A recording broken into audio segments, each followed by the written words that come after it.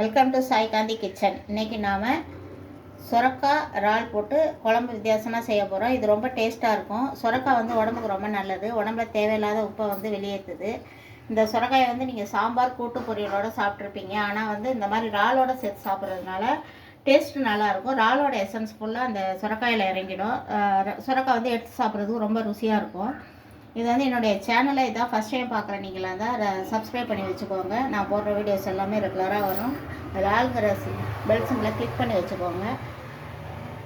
இப்போ வந்து நம்ம எப்படி இந்த குழம்பு எப்படி செய்யுதுன்னு பார்க்கலாம். நான் இதுக்கு எடுத்துருக்கிற அளவு எவ்வளோன்னா ஒரு 1/4 கிலோ அளவில் நான் இறால் எடுத்து க்ளீன் பண்ணி குடலாம் எடுத்துகிட்டு இந்த மாதிரி மஞ்சத்தூள் போட்டு கழுவி வச்சுருக்கேன். இதுக்கு வந்து நம்ம புளி வந்து ஒரு சின்ன நெல்லிக்காய் அளவு தான் எடுத்துக்கணும். ரசத்துக்கு நம்ம எவ்வளோ யூஸ் பண்ணுவோமோ அந்த புளியை எடுத்துக்கிட்டால் போதும். இதை வந்து நான் கரைச்சி ரெடியாக வச்சுருக்கேன். இது வந்து வீட்டில் உள்ள குழம்பு மிளகாய், நம்ம மீன் குழம்பு சாம்பார்லாம் யூஸ் பண்ணுவோம்ல தூள், அந்த மிளகாய் மல்லி சேர்த்த தூள், காரத்துக்கு கொஞ்சம் மிளகாத்தூள், தனி மிளகாத்தூள் எடுத்திருக்கேன். சுரக்காயை வந்து ஒரு 1/2 கிலோ சுரக்காயை பாதி தான் எடுத்திருக்கேன் நான். இதை மாதிரி பொடியாக கட் பண்ணி வச்சுக்கோங்க. தக்காளி வந்து ஒரு பெரிய தக்காளி இந்த மாதிரி பொடியாக கட் பண்ணி வச்சுக்கோங்க. பச்சை மிளகா உங்களுக்கு காரத்துக்கு தகுந்த மாதிரி போட்டுங்க, நல்ல வாசனையாக இருக்கும். பெரிய வெங்காயம் ஒரு பெரிய வெங்காயத்தை பொடி பொடியாக கட் பண்ணிக்கோங்க. ஒரு 10 சாம்பார் வெங்காயத்தை இந்த மாதிரி மீன் குழம்புக்கு நம்ம அறிகிற மாதிரி அரிஞ்சு வச்சுக்கோங்க. இதுக்கு தேவையான தாளிப்பு என்னென்னா கொஞ்சம் 1 ஸ்பூன் வெந்தயம், ஒரு 1/2 டீஸ்பூன் அளவு சோம்பு எடுத்துருக்கேன். இதுக்கு வந்து தேங்காய் வந்து நான் ஒரு 3-10 அளவு எடுத்திருக்கேன். ஒரு அரை மூடியை விட கம்மியாகவே எடுத்துக்கோங்க. அந்த மாதிரி அரைச்சி ஒரு 2 சாம்பார் வெங்காயம் போட்டு அரைச்சிக்கோங்க. அரைச்சி இந்த மாதிரி நல்லா ஃபைன் பேஸ்ட்டாக வச்சுக்கோங்க. இதை வந்து நம்ம எப்படி இப்போ குழம்பு எப்படி செய்யலான்னு பார்க்கலாம். இது ஃபஸ்ட்டு ஒரு வானலை வச்சாச்சு, அடுப்பு பற்ற வச்சுக்கலாம்.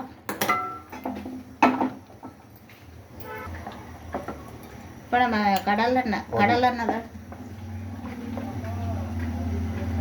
ஒரு பெரிய குழிக்கரண்டி அளவு எண்ணெய் எடுத்துக்கோங்க. ஏன்னா அப்போ தான் அந்த வெங்காயம்லாம் வதங்கிறதுக்கு கொஞ்சம் வசதியாக இருக்கும்.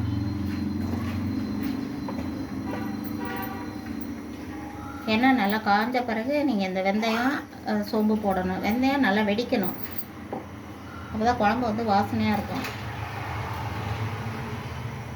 இப்போ வந்து நல்லா எண்ணெய் காஞ்சிடுச்சு. இப்போ நம்ம வெந்தயத்தை போடலாம்.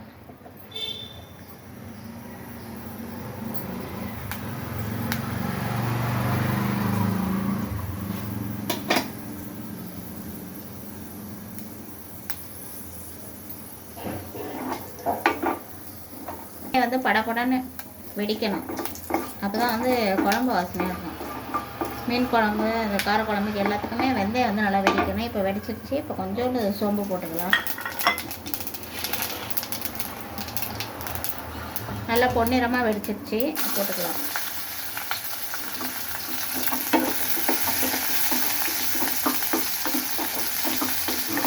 இதுக்கு சாம்பார் வெங்காயம் நிறைய போட்டால் நல்லாயிருக்கும்.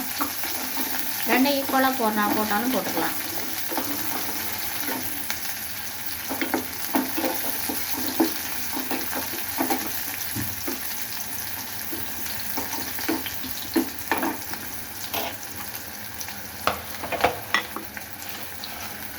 நிறைய பச்சை மிளகாய் நம்ம போட்டுடலாம். இதனால பச்சை மிளகாய் இதில் வதங்கும் நல்லா.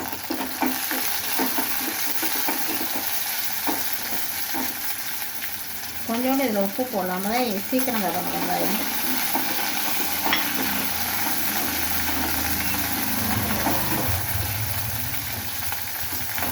இப்போ நல்லா வெங்காயம் வந்து நல்லா வதங்கிடுச்சு. நல்லா பொன்னிறமாக வதங்கணும். அது வாசனை வந்துடுச்சு. இப்போ நம்ம தக்காளி போட்டுக்கலாம்.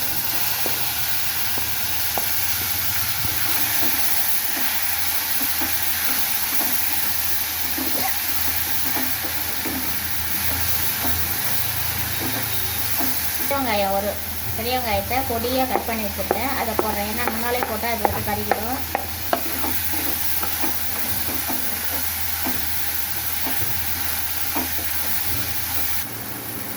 இப்போ கருவேப்பிலை ஒரு கொத்து உருவி போட்டுக்கலாம். அதனால் தக்காளி மசிஞ்சிருச்சு. நீங்கள் வேணால் புளியோட கூட கரைச்சி விட்டுக்கலாம் தக்காளியை. இப்போ காரத்துக்கான நம்ம தனி மிளகாத்தூள் வந்து ஒரு பெரிய ஸ்பூனால் 1 ஸ்பூன் அளவு போட்டுக்கலாம். ஏன்னா எங்கள் மிளகாத்தூள் வந்து கொஞ்சம் காரம் கம்மியாக இருக்கும். அதனால் இது வந்து மல்லித்தூள் மிளகாவும் கலந்தது வந்து ஒரு பெரிய ஸ்பூனால் ஒரு 2 ஸ்பூன் போடுங்க. நீங்கள் எப்போதும் மீன் குழம்புக்கு எவ்வளோ ஊற்றிங்களோ அந்த அளவு சரியாக இருக்கும். இது வந்து புளி வந்து நான் கரைச்சி ரெடி ஆச்சுன்னா புளி நிறையா போயிட்டால் குழம்பு புளிக்கும். அதனால் ரொம்ப கம்மியான புளி ரசத்துக்கு இல்லைன்னா நெல்லிக்காய் அளவு சரியாக இருக்கும். ஏன்னா இறால் வந்து புளிப்பு எடுத்துக்காது அதிகமாக. அதனால் மீன் குழம்பு அளவு புளி கரைச்சக்கூடாது. இதெல்லாம் நம்ம தேவையான அளவு தண்ணி ஊற்றிக்கலாம்.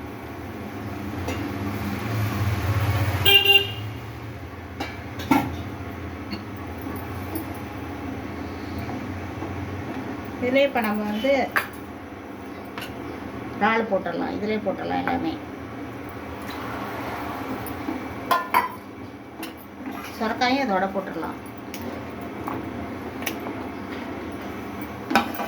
அப்போதான் ரெண்டும் ஒன்றா சேர்ந்து நல்லா வேகும். இதுக்கு தேவையான அளவு நம்ம உப்பு போட்டுடலாம். உப்பு கம்மியாக போட்டுக்கோங்க, ஏன்னா எல்லா சுரக்காய் இழுத்து வச்சிரும். அதனால் கடைசியில் கூட போடலாம் உப்பு. இப்போ குழம்பு கொதிக்கட்டும். அதுக்கப்புறம் நம்ம தேங்காய் நல்லா கொதித்த பிறகு தேங்காய் ஊற்றலாம். இப்போ வந்து நல்லா குழம்பு கொதிச்சிருச்சு, காய் வெந்துருச்சு. இப்போ நம்ம அரைச்ச தேங்காய் இதை போட்டுக்கலாம். தேங்காய் எல்லாமே சாப்பிடலாம். ஆனால் வந்து தேங்காய் அரைச்சி ஊற்றினா காரம்லாம் கொஞ்சம் மட்டாக இருக்கும், நல்லாயிருக்கும், டேஸ்ட் நல்லாயிருக்கும். இப்போ நீங்கள் இட்லி தோசைக்கெல்லாம் நல்ல ஒரு காம்பினேஷனாக இருக்கும் இந்த குழம்பு. புளி கம்மியாக இருக்கிறதுனால புளி வந்து அதிகமாக ஊற்றிடக்கூடாது. புளி ஊற்றிட்டா குழம்பு வந்து புளிக்கும் ரொம்ப. இந்த மீன் குழம்பு அளவில் புளி ஊற்றக்கூடாது, ரொம்ப கம்மியாக ஊற்றணும். அப்போ தான் இட்லி தோசைக்கெல்லாம் சாப்பிட்றதுக்கு நல்லாயிருக்கும். இப்போ வந்து நல்லா குழம்பு வந்து இந்த மாதிரி தளன்னு கொதிக்கணும். கொதிச்சிருச்சு, குழம்பு ரெடி ஆகிடுச்சு. இறால் குழம்பு டேஸ்டான சுவையான இறால் குழம்பு தயாராகிடுச்சு. நம்ம இன்னொரு பாத்திரத்தில் ட்ரான்ஸ்ஃபர் பண்ணிக்கலாம்.